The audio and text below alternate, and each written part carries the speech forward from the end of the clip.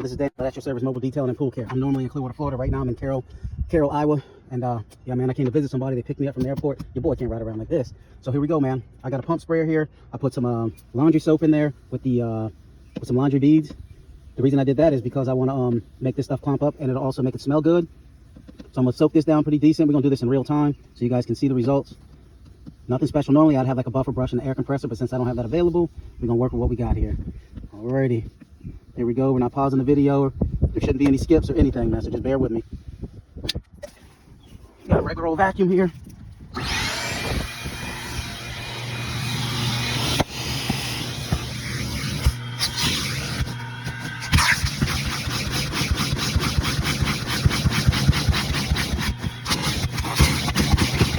If I could hold it with my other hand, before now we'd be flowing, but